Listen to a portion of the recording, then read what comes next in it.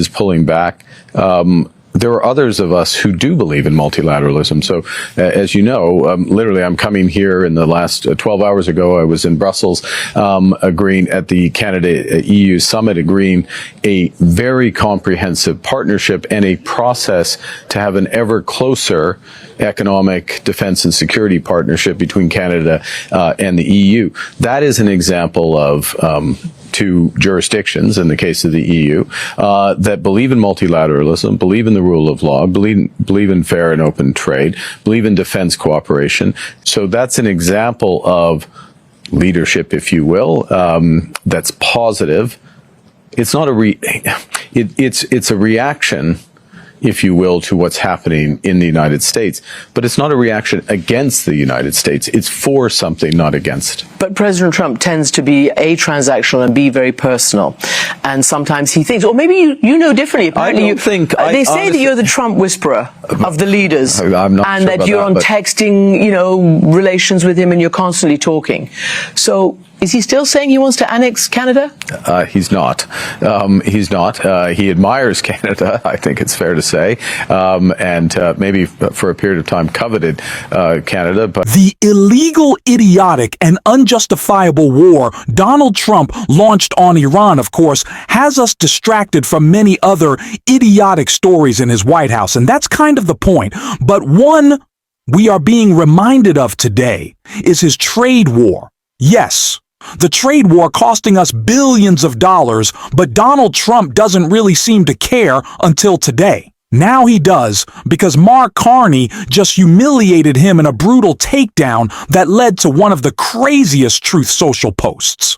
And I don't say that lightly that we have seen in a long time. We are going to get into it all. But of course we have to start with the lie that Donald Trump told before this news came out. And it's when he was talking about his deals that are just on the way, right here. Yeah, Mr. President, you have a deadline coming up on trade in 2 weeks. Which countries, if any, on trade, on tariffs, sir, which countries, if any, are close to agreements with the administration? Well, that's an interesting question. We've made a deal with China. We've made a deal with probably 4 or 5 different countries. With the UK, it was a great deal for both. And we're in the process of making some others. But ultimately, in fact, Scott is here. And Howard Lutnick, these two guys have been doing an incredible job, and the people that work with them have been doing an incredible job. But, we have 200 countries, you could say 200 countries plus. We can't do that. So at a certain point over the next week and a half or so, or maybe before, we're going to send out a letter. We talk to many of the countries, and we're just going to tell them what they have to pay to do business in the United States. And it's going to go very quickly. But oh, yes, everybody is clamoring for a deal. Everyone wants to make a deal. They're knocking down the door. That's the reason that Donald Trump announced deals were going to start happening in April. And it's been months.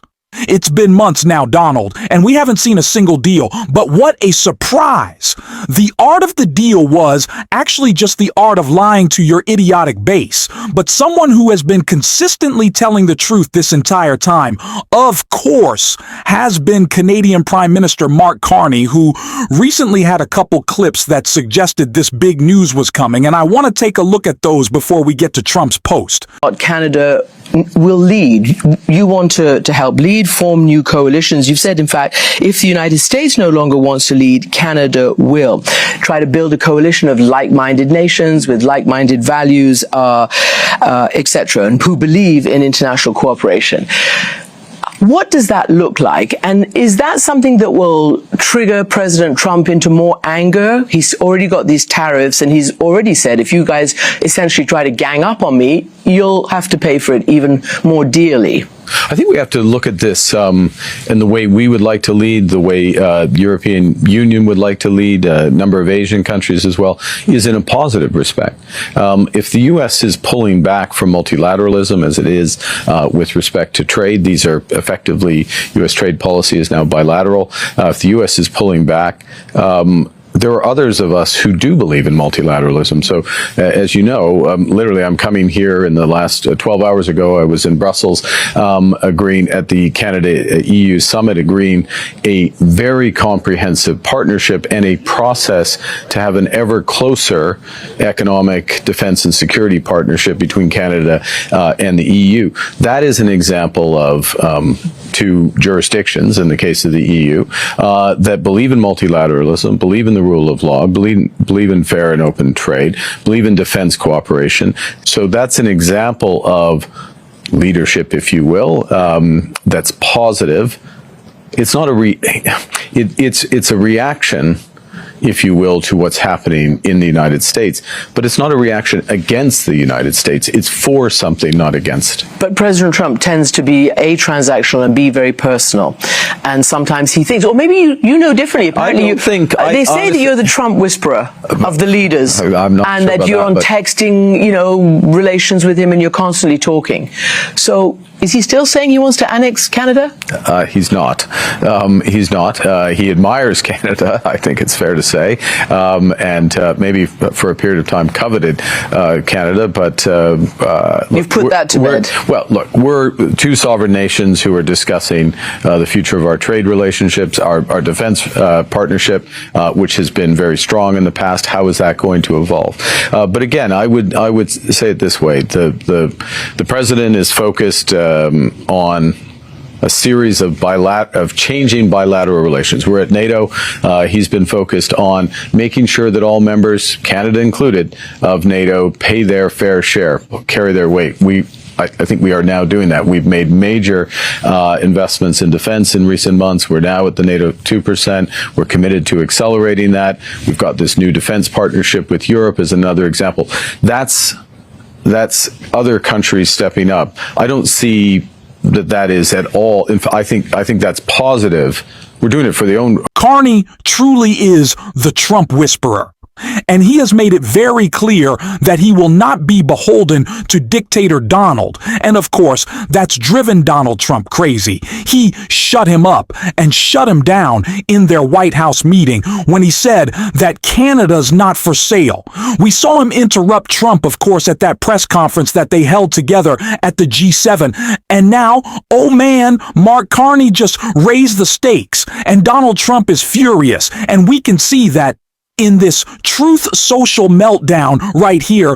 Trump wrote on Truth Social, "We have just been informed that Canada, a very difficult country to trade with, including the fact that they have charged our farmers as much as 400% tariffs for years on dairy products, has just announced that they are putting a digital service tax on our American technology companies, which is a direct and blatant attack on our country.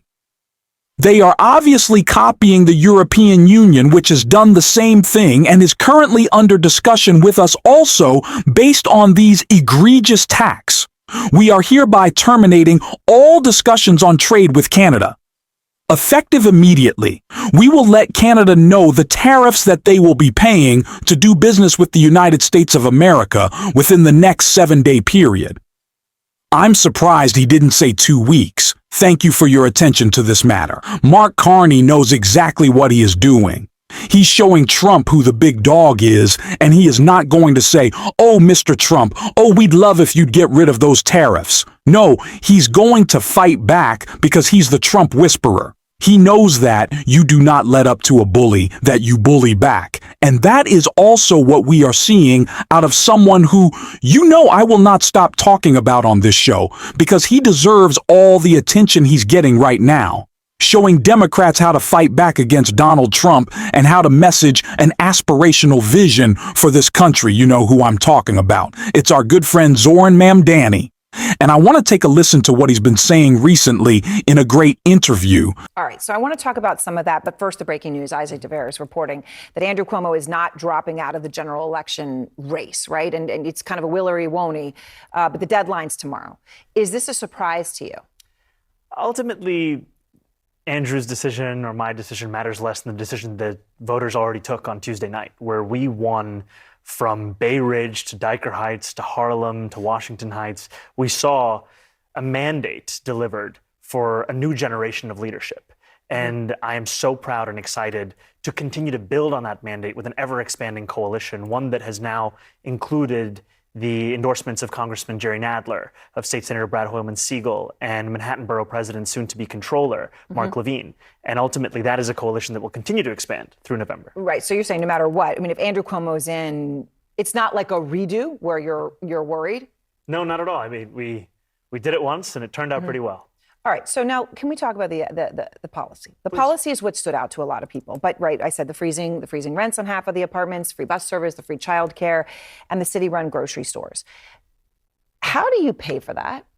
Let's go through it. So for the first thing, freezing the rent, that's not something that requires any fiscal output from the city. It's something that's determined by the Rent Guidelines Board, composed of 9 members. The mayor picks each of those members. They determine each year whether rents rise or whether they stay the same. The previous mayoral administration froze the rent 3 times. So this has clear historical precedent.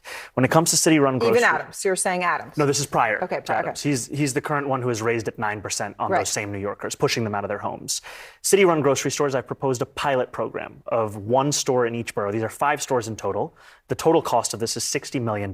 This is less than half the cost of what the city is already set to spend on a subsidy program for corporate supermarkets that has no guarantee of cheaper prices or collective bargaining agreements or even accepting So SNAP you're or not WIC. looking at some like Soviet Union grocery stores on every corner that are going to be run by the government. No, what I'm looking at is how to solve the very clear twin crises of affordability when you go to the grocery store and food deserts, which disproportionately impact Black and brown New Yorkers across the 5 boroughs, where I've heard directly from New Yorkers who say, why is it that I can find 6 fast food restaurants in a 5-block radius, but I can't find a place Right. to buy groceries? But five boroughs, 5 grocery stores. But that can't be the goal. Well, I mean, the idea Is of the goal you want them on every? I mean, but in New York, things do go. There's a nail salon every corner. There's a grocery store on almost every other corner. I think ultimately I'm guided by outcomes. If this pilot succeeds in guaranteeing cheaper groceries, as I think it will be, then yes, it should scale up. If it doesn't succeed, then no, it shouldn't, because what New Yorkers want are results. And then it comes to making buses free and universal childcare. Right. These are things that cost around $700 million and let's say about $5 or $6 billion. Significant amounts of money. Huge amounts of money. But have to be understood in the context of a $113 billion municipal budget, a $252 billion state budget. And we put forward a plan to pay for these and more to start Trump-proofing our city through 2 major revenue streams. Increasing the top corporate tax rate of New York to match that of New Jersey, that raises $5 billion, and increasing income taxes on the top 1% of New Yorkers who make $1 million or more a year by 2%. Both of these things, after they come to fruition, you're still paying less than you did before Trump. Okay. On the city tax, though, and I know that takes effect with people right now, that top rate of people of 50,000 or more. So if you're going to be adding 2% to people at $1 million, that I just did the math, right? Well, but that's going to be an increase of 51% of what they pay now. I'm not saying cry for them. I'm saying if they leave, you're not going to get that money. And when you increase someone's taxes by 51%, aren't a lot of people going to leave? We're saying we're increasing it by 2% of what it is right now. And ultimately, I'm guided by the facts. The Fiscal Policy Institute did an analysis of the top 1% of New Yorkers and found that they leave the city at 1/4 the rate of other income categories. And when they do leave, they leave to what are called high tax states, New Jersey, California. So what it then comes down to is, why are they leaving? Is it fiscal policy or is it actually quality of life? And I've heard that time and again from wealthier New Yorkers, from all New Yorkers. So it's talk. They're going to go to Florida and all you think is talk. In 2021, when I came to the state assembly, we had the same fight to fund public schools, to raise taxes on billionaires and corporations. We were told millionaires would flee. And we now have more millionaires. Okay. This is what we need Democrats to do. Take notice of the people who are winning their fights with Donald Trump and making them very scared. Of course, Zoran is terrifying Trump. So much so that he can't even come up with a nickname for him. Mark Carney has consistently gotten Donald Trump to fold, and now he's making him freak out. You need to hit back all the time. Do not be afraid. Demonstrate the messaging capability that we should be able to have and telling a story not just in opposition to this administration, but that is exciting, that is forward-looking, that is aspirational. We're going to do so on this show, and if you stuck around to the end, drop a blue heart in the comments. And until next time, I'll see you soon.